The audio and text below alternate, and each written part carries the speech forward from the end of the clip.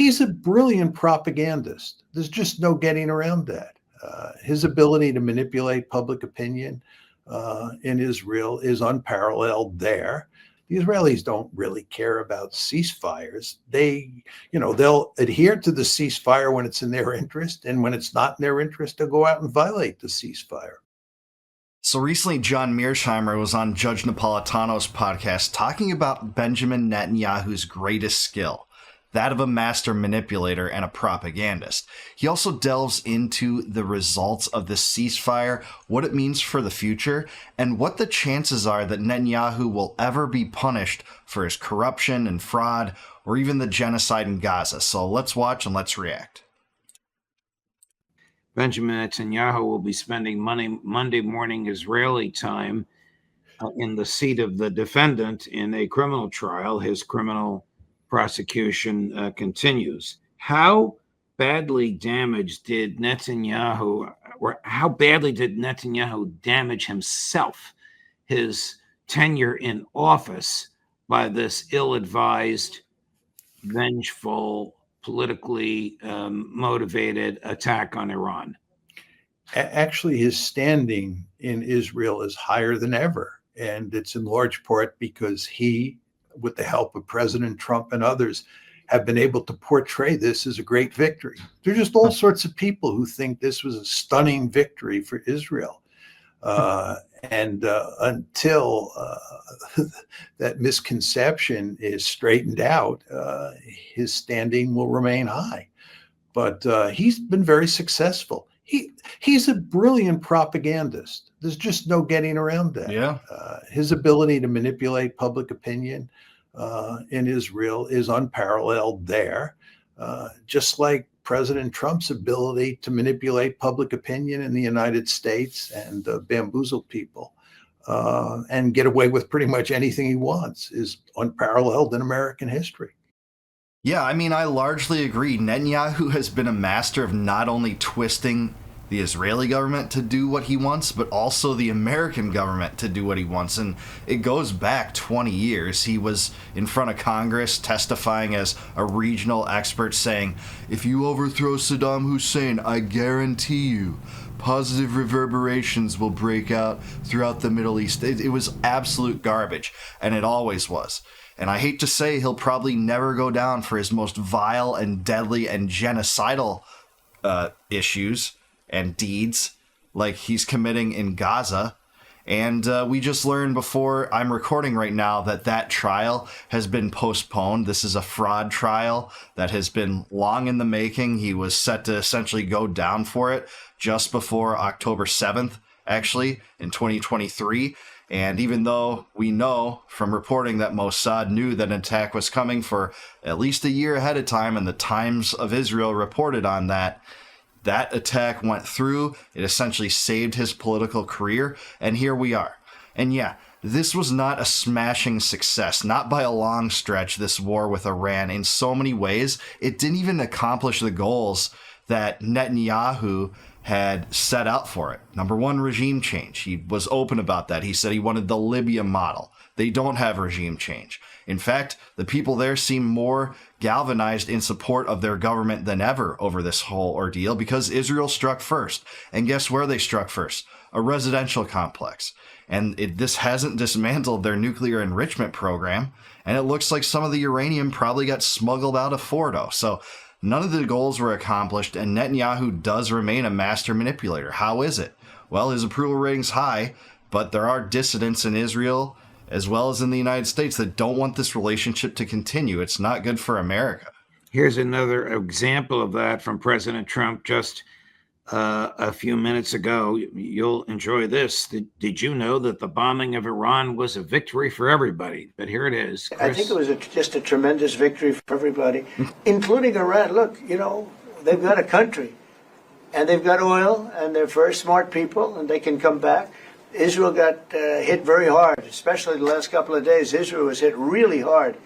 Those ballistic missiles, boy, they took out a lot of buildings. I'm actually a little surprised to hear Trump admit that, but I mean, I largely agree with what he said there, but that contrasts a lot with some of his public pronouncements about how the U.S. took out the nuclear weapons facility. So let's hear what Mearsheimer says about this. Is the second part of his statement true about how hard Israel was hit? I guess we don't really know, but we can extrapolate from the crying uncle of Netanyahu. No, he's absolutely right. That's what I was saying before. Yeah. We don't know the details. There's no question about that. He may know the details because he has access to all sorts of intelligence, plus he deals with the Israelis. But he's correct. And by the way, I said to you that if you read the Israeli press, you'll see that they're talking about reloading the shotgun because this problem has not gone away.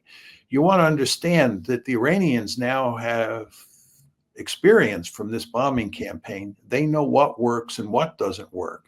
And you can rest assured that they're going to either go out and procure or buy from another country the sorts of ballistic missiles or cruise missiles that are most effective against Israel. And if the Israelis start up another fight, or we start up another fight, they have the capability, I believe, or they will have the capability in the future to do even more damage against Israel than they did this time. One other point. Yeah, before he moves on to his next point, I agree with this. The Iron Dome was shown to be a sieve in some regard. Iran was able to do damage with its ballistic missiles against Israel in reprisal attacks. And they were never called that in corporate media headlines, of course, because they had to show stories about how, Israel was being victimized despite the fact that they struck Iran first and then drew the U.S. in because of our criminal, tightly held relationship with them. But yeah, he is right. They are an ally, Iran, of the BRICS countries, of China and Russia, most particularly and most importantly.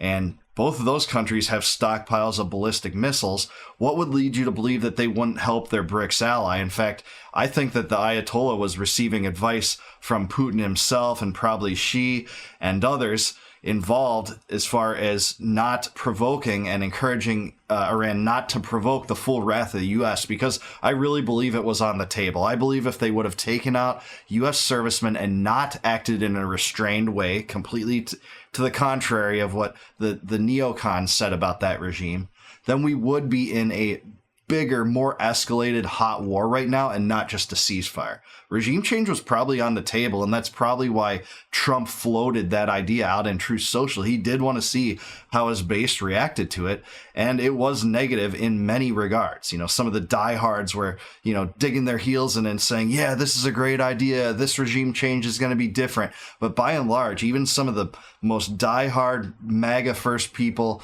on Twitter, like Charlie Kirk, were running polls, and large portions of his base did not want any military intervention in Iran. So, yeah, I think Mearsheimer's right. Let's hear his second point about this. That comes out of this that we don't want to lose sight of.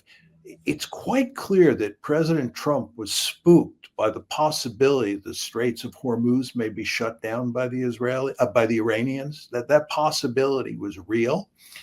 And this would have had a significant effect on oil prices, and this would have not been good for President Trump's standing here inside the United States. And it's quite clear that one of the reasons he was very interested in shutting down this war, and one of the reasons he wants to keep it shut down, is he understands that the threat of attacking Hormuz and shutting down the Straits, or shutting down the Straits of Hormuz, is a serious danger to the United States. Yeah, I agree with that, though it would have also hurt China a lot because from what I learned, a lot of the shipments of natural gas and oil out of the Strait of Hormuz actually went to China, like half of it just about. But a lot of it does go to the United States. We don't import an especially large amount from Iran itself. Actually, I don't think we import essentially anything from Iran itself. But countries in that region do send their shipments through the Straits of Hormuz. And if that was shut down, and Iran has that capability to do that, it really would have sent a ripple effect through the energy markets and the U.S. economy in general. This is still a market that runs on oil, that's for sure. So I think he's right about that there. It would have had tragic effects for the world economy in general. And maybe that was one of the things driving Trump to take this off-ramp. But I really think the biggest thing is just Iranian restraint. And that's the ironic thing, because all the propaganda we heard was, well, they chant death to Israel. They want to wipe the United States off the map. They want to wipe Israel off the map. All this nonsense that didn't pan out, even when they are backed into a corner under the full might and coercion of the U.S. military establishment. And I'm sure the Iranians understand that. And the next time this happens, I wouldn't be surprised if they emphasize that threat. And I think it will have some deterrent effect on President Trump. Yeah. You are a graduate of West Point and a former officer in the Air Force. How dangerous or foolish, or am I barking up the wrong tree, was it for us to reveal the power of our strongest and greatest and highest and most powerful weapon on the Iranians, only to have them learn that it did minimal damage? I don't think it mattered much at all. I think this weapon is good for one thing, and that is attacking, targets that are particularly difficult to get at because they're buried so deep in the ground. And the number of times that you're going to run into that problem is not very great. Furthermore, everybody knew that we had this bomb, and so there was no great secret involved here. But I just don't think this is some sort of super weapon that you wanted to keep under wraps until the right time. Yeah, military equipment's not my particular expertise, but that's what I understand too. Actually, the U.S. has had this capability, of sending missiles down chimneys and in very precise locations.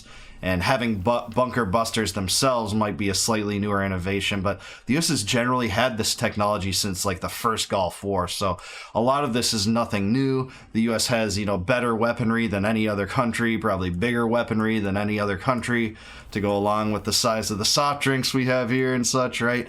So it's no doubt that they could have done damage. The whole world knew we could do damage, but, the Trump regime is kind of celebrating this as if it's a stunning success, sheerly because of the amount of rubble that it's produced, the amount of damage that it did.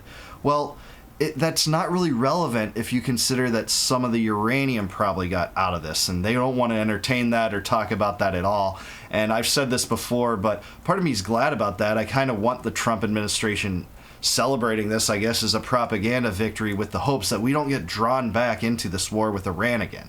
Because I think that's inevitable. It's just a matter of time, because they're going to start the same war propaganda cycle yet again when Netanyahu gets on TV and says, with a graphic of a bomb that says final stage at the top.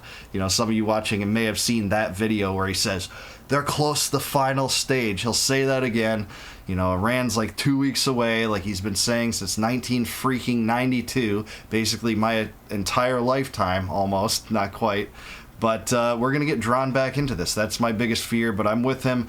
That was not a particular display of something that the U.S. wanted to hide. Should we expect that the Israelis will comply with the ceasefire? No, the Israelis never comply with a ceasefire. I wouldn't even expect the Americans to comply with a ceasefire. These are two countries that don't believe in rules.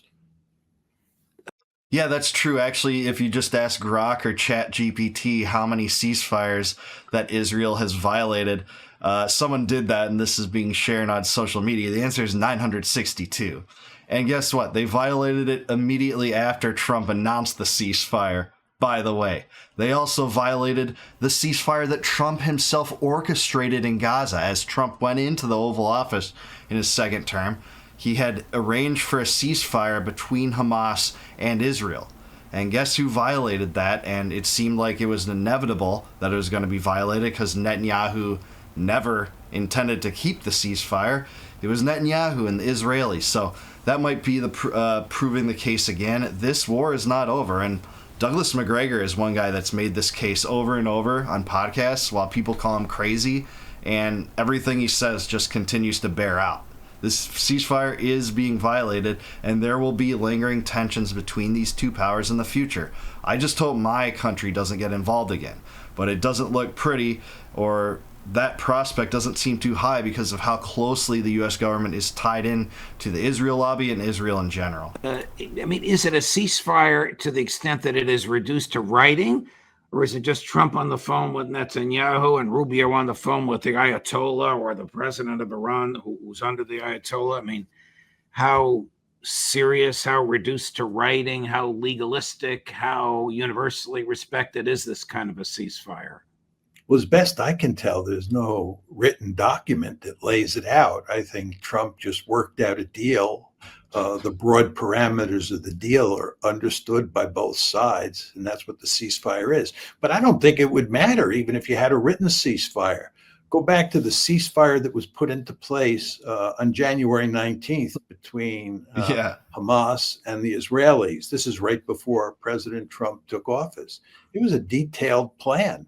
But the Israelis violated it. They violated the ceasefire in Lebanon against Hezbollah.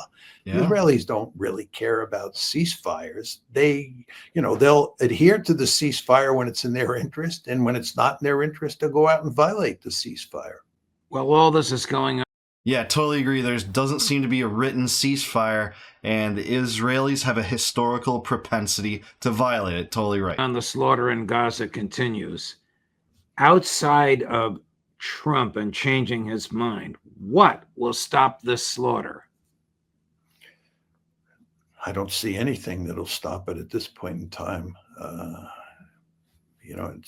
It's categorically depressing, but there's no other country around the world that's going to step in. And if anything, the Europeans are behaving as badly as ever on this issue, especially the Germans.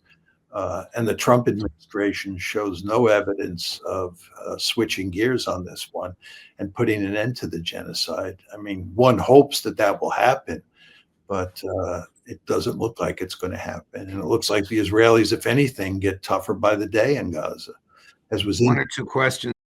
Yeah, I hate to say I agree with him here, too. It's ghastly to admit, but I don't see much changing in Gaza anytime soon. And if anything, Trump is more supportive of Netanyahu now than ever. He pled Netanyahu's case, called him a war hero. It's just vile on Truth Social what he said about Netanyahu, the butcher of Gaza, the organizer and enactor of this genocide, the architect of it, the architect of the Greater Israel Project, which draws the U.S. into these Middle Eastern affairs to extend the borders of Israel and essentially just eliminate the Palestinians, expand the West Bank settlements, establish concentration zones in Rafah. It's just horrific, and I don't believe that posterity will look back on this moment and say that anyone who sided with Netanyahu was doing the right thing. I just can't see that being true. It's about the Europeans, if I might, because of the NATO meetings in Brussels.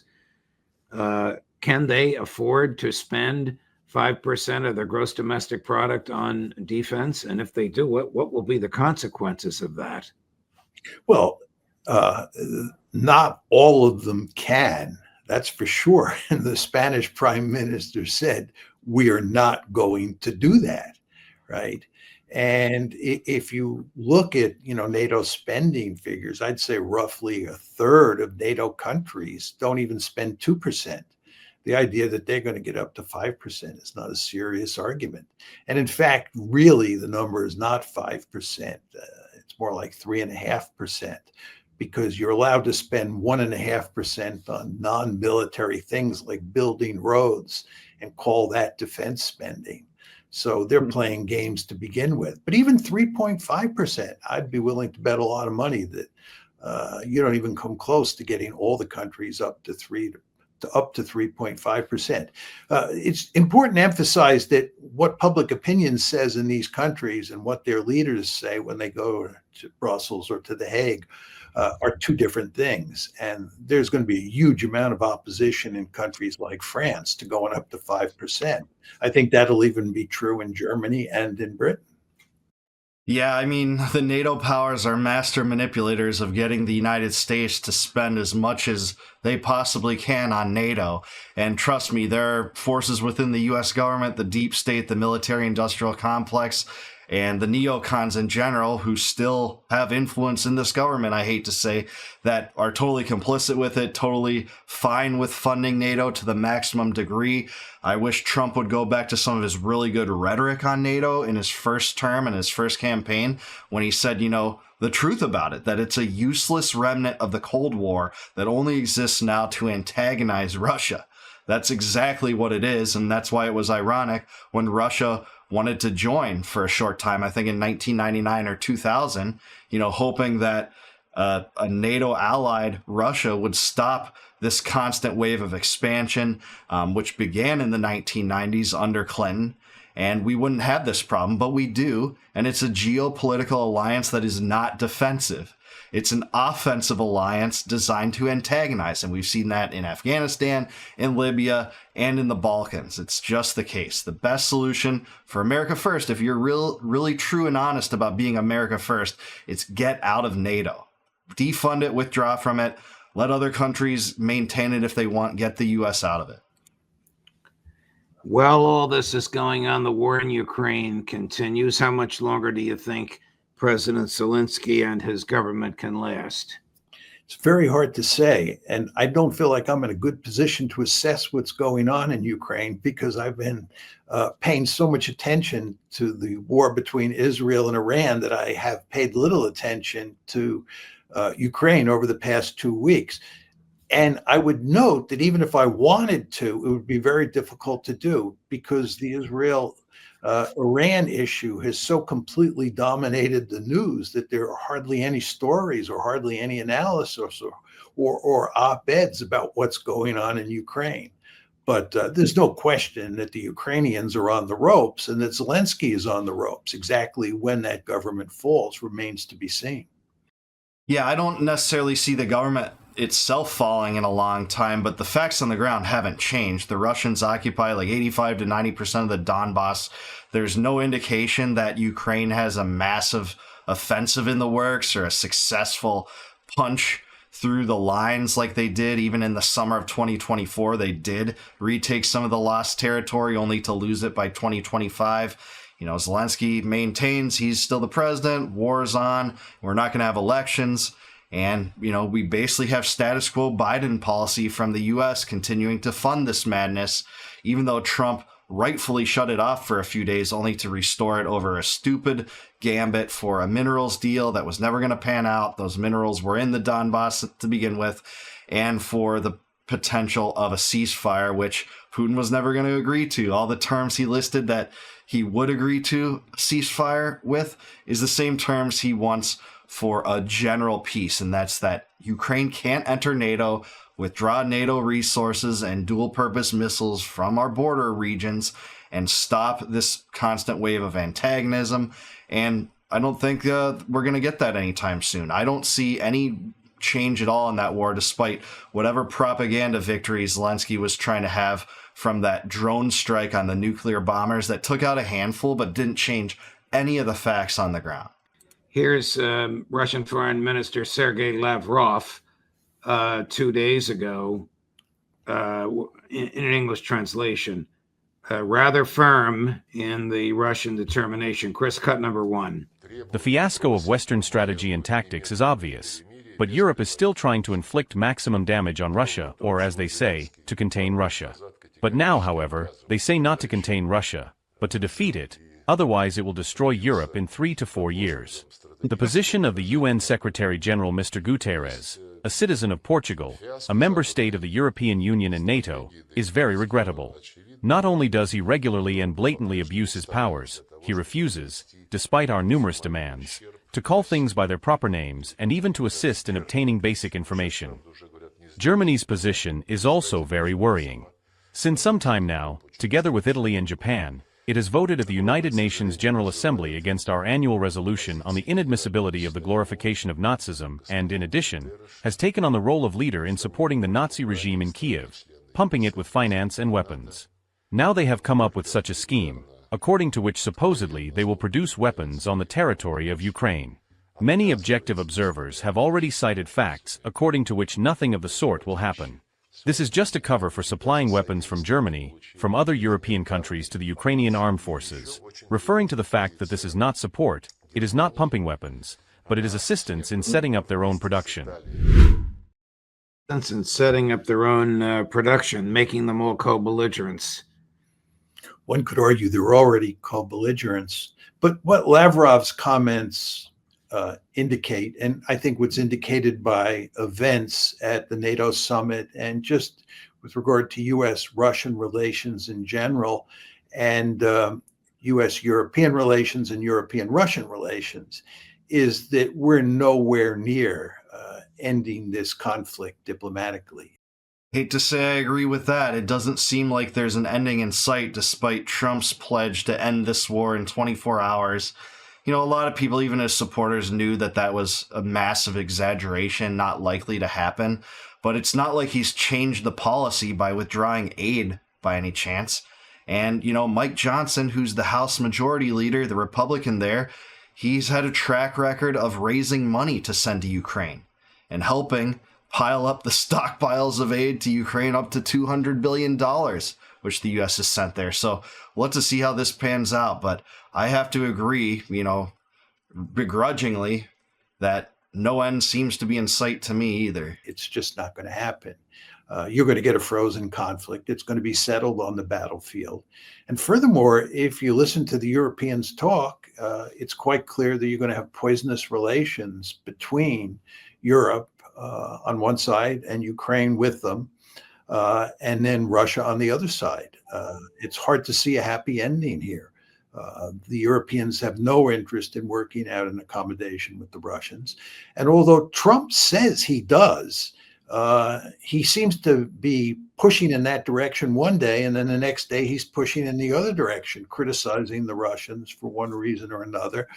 That's the product of surrounding yourself with both Steve Witkoff and Marco Rubio, by the way.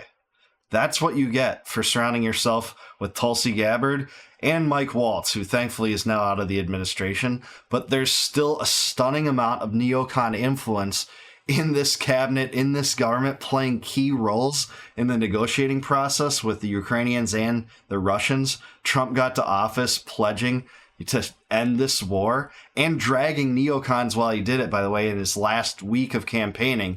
He cited Liz Cheney in particular as a deranged neocon who would be against the wars that she had supported had she been on the front lines. And that made some headlines even. So that's where we're at. He's right. I hate to say, but Trump's been really erratic on this. And I think it's a product of who he surrounds himself with. We're siding with the Europeans. And if you're the Russians and you're thinking about some sort of rapprochement with Trump, it's hard to see how you can work that out in any meaningful way, given that he flips direction every other day. So I think the situation in Ukraine is as disastrous as ever. Yeah, I hate to say I agree. We are in an impasse in two different theaters now.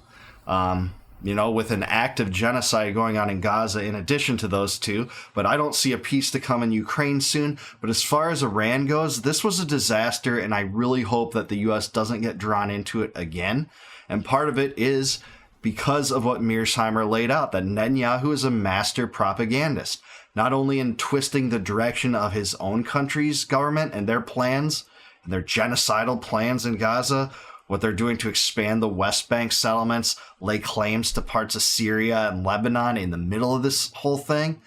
Extending the Dahiya doctrine, which says, hey, if you kill enough innocents, they'll just rally around a new cause to overthrow their existing governments, and then we'll have a better relations with that country that they failed with in Lebanon, and now they're applying in Gaza. But that doesn't seem to be the case. Hamas is basically completely dismantled. If you're being charitable, they probably have 10,000, 13,000 members. They are not essentially attacking IDF forces anymore. No rockets have been launched from Gaza at Israel since April, and before that it was sporadic. This is just a genocide, and the U.S. is complicit with it. And while all this is happening, Trump compliments Netanyahu and says how great he is on Truth Social, tries to get the Knesset to drop charges against him for fraud, which he should go down for. But the saddest thing is he's never going to go down for the genocide in Gaza and this stupid war in Ukraine that the U.S. was drawn into.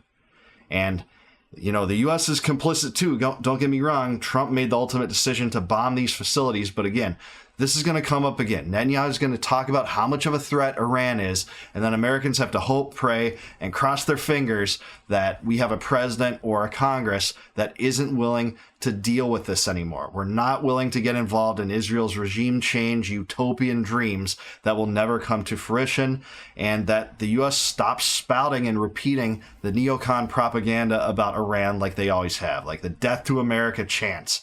Like, yeah, that is really the greatest threat after all that the U.S. government has done to Iran. Threats that aren't matched with any corresponding actions. And in fact, the Iranians were the restrained ones, not Israel and not the United States. But I do want to hear what you guys have to say. Let me know in the comments below. Is Mearsheimer right? Is Benjamin Netanyahu a master propagandist? Is that his greatest skill?